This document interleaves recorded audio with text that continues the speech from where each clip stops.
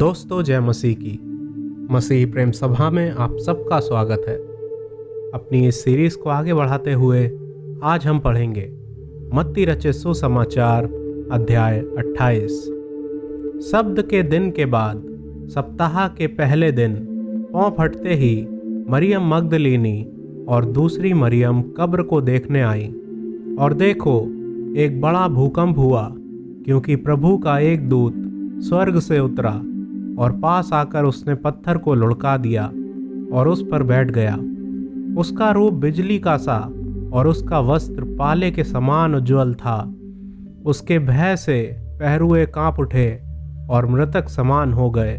स्वर्गदूत ने स्त्रियों से कहा, मत डरो, मैं जानता हूँ कि तुम यीशु को, जो क्रूस पर चढ़ाया गया था, ढूंढती हो। वह यहाँ नहीं है, परंतु अपने वचन के अनुसार जी उठा है।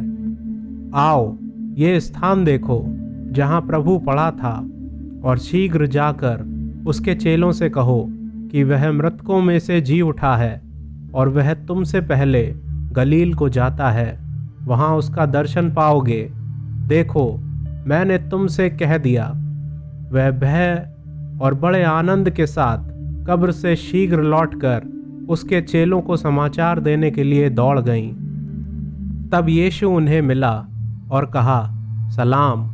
उन्होंने पास आकर और उसके पांव पकड़कर उसको दंडवत किया।